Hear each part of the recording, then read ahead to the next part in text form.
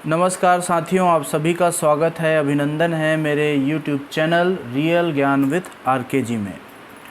दोस्तों, जैसा कि हम कामायनी महाकाव्य के अंतर्गत प्रथम सर्ग जिसका नाम है चिंता, इसके अंतर्गत जो पद्यांश है उसका हम लोग व्याख्या कर रहे हैं, जिसमें हम लोग 2 वीडियो ला चुके हैं और ये तीसरा वीडियो है इस श्रृंखला का।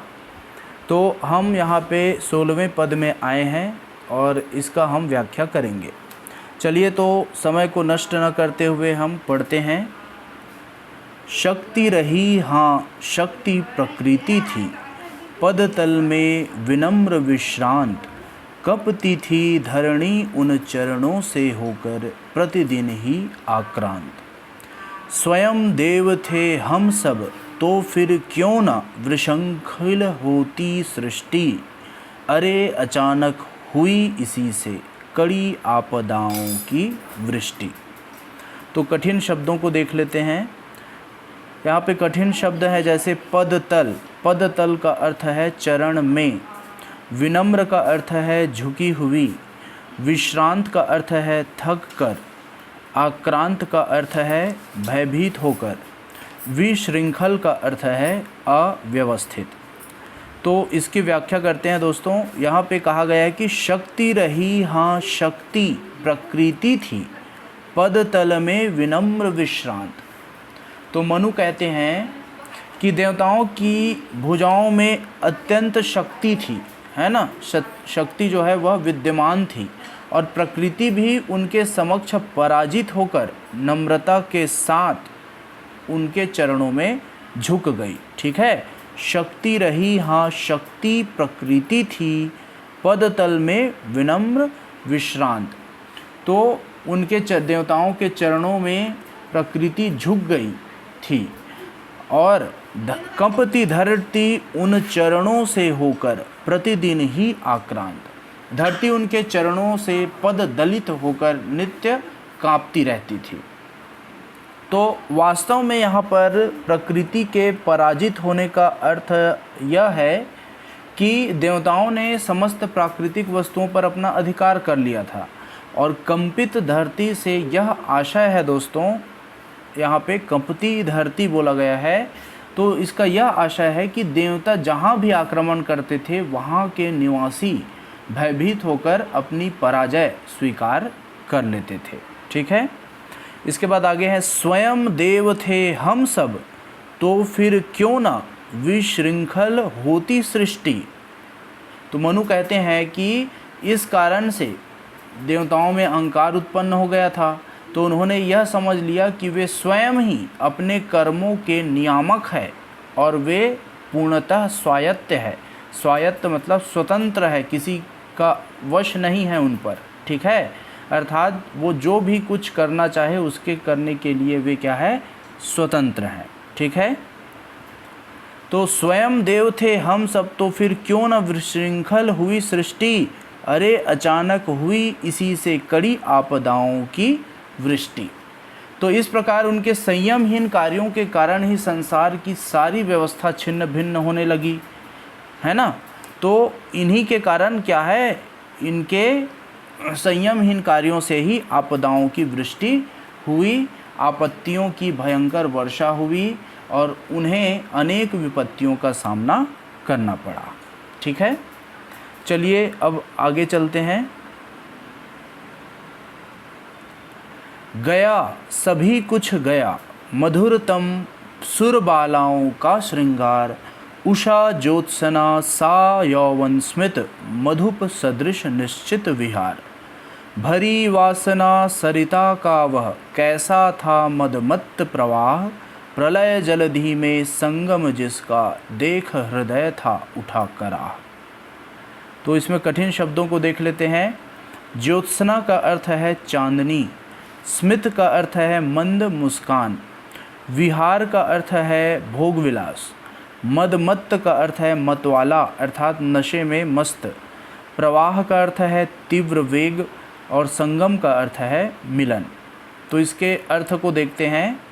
कहा गया है कि गया सभी कुछ गया, मधुरतम सुरबालाओं का श्रृंगार। तो मनु कह रहे हैं कि देवताओं का समस्त ऐश्वर्य और आनंद भोग चला गया, अर्थात नष्ट हो गया। गया बोलने का अर्थ है चला गया, नष्ट हो गया। उषा ज्योत्सना सा यौवन स्मित मधुप सदृश निश्चित विहार। तो सुंदर से सुंदर अप्सराओं का समस्त जो श्रृंगार है चला गया। उसी तरह उषा के जो समान उनका यौवन भी है वह क्या हो गया, नष्ट होगा। उषा ज्योत्सना सा यौवन है ना, उषा के समान जो उसका यौवन है वह भी नष्ट हो गया। और चांदनी के समान मधुप सदृश निश्चित विहार, चांदनी के समान उनकी जो मुस्कान है और मतवाले भंवरों के समान उनका जो है चिंता से रहित भोग विलास है वो भी चला गया। ठीक है। भरी वासना सरिता का वह कैसा था मदमत्त प्रवाह, प्रलय जलधि में संगम जिसका देख हृदय था उठा कराह। तो यहाँ पे मनु कहते हैं कि देव जाति के जीवन में उमड़ती हुई जो वासना है, ठीक है, और वासना सरिता बोल रहे हैं तो वासना रूपी जो नदी है कुछ ऐसे मतवाले और तीव्र वेग के साथ मदमत्त रूप से, है ना, तीव्र वेग के साथ मतवाले वेग के साथ बही हुई कि अंत में वह विनाश के समुद्र में क्या हो गई, लीन हो गई। प्रलय जलधि में संगम, है ना, जलधि मतलब समुद्र, जिसका देख हृदय था उठा करा। तो जो है वह जो देवताओं का जो भोग विलास है वो क्या है, सभी प्रलय जलधि में नष्ट हो गया। भयानक जल प्रलय के कारण उनका जो भोग विलास है यह समस्त देव जाति इसमें नष्ट हो गया। और उनके इस अंत से अब मनु का हृदय जो हो रहा है वह बहुत ही व्यथित हो उठा है। ठीक है। आशा करता हूँ आपको ये अर्थ जो है वह समझ आ रहा होगा अच्छे तरीके से। चलिए आगे देखते हैं। चिर किशोर वै नित्य विलासी सुरभित जिससे रहा दिगंत, आज तिरोहित हुआ कहाँ वह मधु से पूर्ण अनंत वसंत। कुसुमित कुंजों में वे पुलकित प्रेमालिंगन हुए विलीन, मौन हुई है मूर्छित ताने और न सुन पड़ती अब बीन। कठिन शब्द है किशोर। तो किशोर किसे कहते हैं, 11 से 15 वर्ष की अवस्था के जो बालक है उसको हम किशोर कहते हैं। सुरभित का अर्थ है सुगंधित, दिगंत का अर्थ है दिशा, तिरोहित होना का अर्थ है छिपना, मधु का अर्थ है आनंद, वसंत का अर्थ है, वसंत वैसे तो ऋतु होता है लेकिन यहाँ वसंत का अर्थ है अपार सुख। ठीक है। कुसुमित का अर्थ है फूलों से युक्त, कुंजों का अर्थ है लता गृह, पुलकित का अर्थ है रोमांचित और मूर्छित का अर्थ है लय से युक्त आनंद मग्न। ठीक है। तो इसका अर्थ देख लेते हैं। चिर किशोर वै नित्य विलासी सुरभित जिससे रहा दिगंत। तो मनु कहते हैं कि जिस प्रकार नवीनता लाने वाला, विलास वृत्ति को उकसाने वाला, दिशाओं को सुगंधित करने वाला, ठीक है, क्या बोल रहा है, नवीनता लाने वाला, नित्य विलासी, विलासी प्रवृत्ति को उकसाने वाला और दिशाओं को वो क्या करता है, सुरभित अर्थात सुगंधित करने वाला, मकरंद बरसाने वाला। ठीक है। ये सभी जो है आज कुछ दिनों जो है वसंत आने के कुछ दिनों बाद क्या है, छिप जाता है। ठीक है। उसी प्रकार हमारे वे अपार सुख के दिन कहाँ विलीन हो गए, ये पूछा जा रहा है। आज तिरोहित हुआ कहाँ वह मधु से पूर्ण अनंत वसंत। ठीक है। तो इस तरह से मकरंद बरसाने वाला वसंत आने के कुछ दिनों बाद छिप जाता है। इस प्रकार हमारे वे जो अपार सुख है वे कहाँ विलीन हो गए। कुसुमित कुंजों में वे पुलकित प्रेमालिंगन हुए विलीन, मौन हुई है मूर्छित ताने और न सुन पड़ती अब बीन। तो ऊपर ये जो 2 पंक्तियों का कहने का अर्थ यह है कि अब जो सारा सुख था वो विलीन हो गया है। कहाँ विलीन हो गया है, तो जब सदैव युवावस्था की अनुभूति होती थी, नित्य ही भोग विलास और वासना में रहने का सुअवसर मिलता था, जब दिशाएं हमारे आमोद प्रमोद से युक्त रहती थी और चारों ओर मधुरता बरसती थी, ऐसा जीवन अब कहाँ चला गया और वह भावुकतापूर्ण वसंत ऋतु न जाने कहाँ चली गई। इस तरह से जो मनु है वह सोच रहा है। अब इन पंक्तियों को देखते हैं, तो इन पंक्तियों के माध्यम से मनु कह रहे हैं कि कुसुमित कुंजों में वे पुलकित प्रेमालिंगन हुए विलीन, मौन हुई है मूर्छित ताने और न सुन पड़ती अब बीन। तो मनु दोस्तों यह कह रहे हैं कि फूलों से युक्त जो लता गृह है, कुसुमित कुंजों, ठीक है, तो फूलों से युक्त जो लता गृह है, कुंजों का अर्थ है लता गृह, तो इन लता गृहों में प्रेम के आवेश में देवता और अप्सराएं जब एक दूसरे को आलिंगन करती थी, ठीक है, आलिंगन में बांधते थे, तब वे अत्यंत ही पुलकित होते थे, खुश होते थे, ठीक है। पुलकित होना मतलब खुश होना, ठीक है। वे दृश्य अब कहीं दिखाई नहीं देते, ठीक है, विलीन हो गए। वे दृश्य अब कहीं दिखाई नहीं देते, वे क्या हो गए, विलीन हो गए हैं। मौन हुई है मूर्छित ताने और न सुन पड़ती अब बीन। तो मनु कह रहे हैं कि निरंतर सुनाई देने वाली जो लय भरी ताने हैं वे भी अब मुक हो गई है, बंद हो गई है। स्वर लहरी भी कहीं सुनाई नहीं देती और निरंतर गुंजित वीणा भी अब शांत हो गई है। बीन मतलब वीणा, ठीक है। चलिए आगे देखते हैं।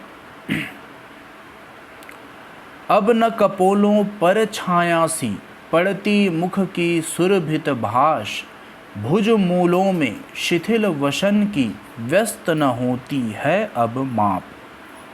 कंकण क्वणित रणित नूपुर थे, हिलते थे छाती पर हार, मुखरित था कलरव गीतों में स्वर लय का होता अभिसार।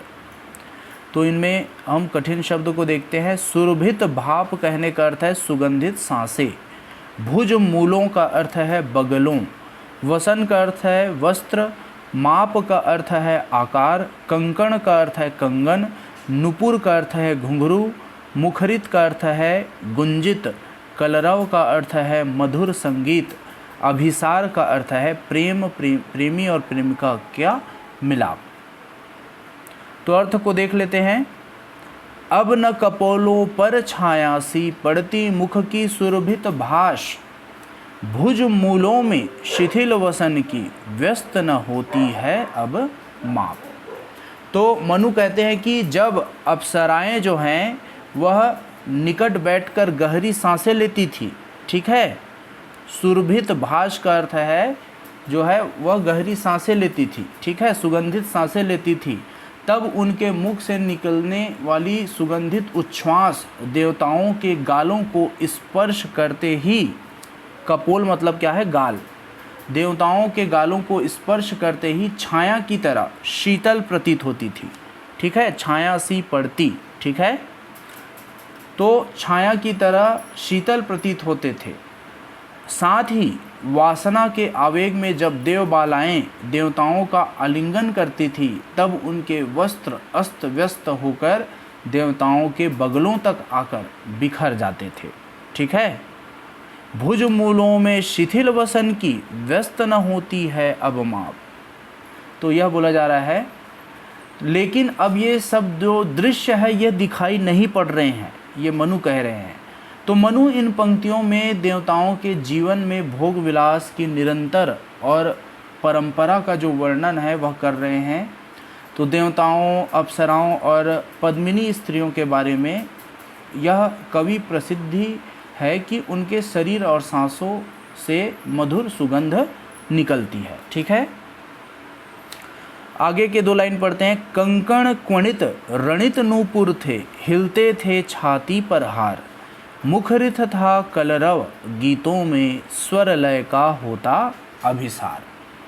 मनु कहते हैं कि जब देवबालाएं देवताओं का आलिंगन करती थी, तब उनका शरीर हिल उठता था, हिलते थे छाती पर हार। ऐसे में उनके कंगन मधुर ध्वनि करते थे, साथ में घुंघरू बज उठते थे, रणित नूपुर थे, है ना, और उनके छाती पर पहना हुआ हार जो है यह भी हिलने लगता था।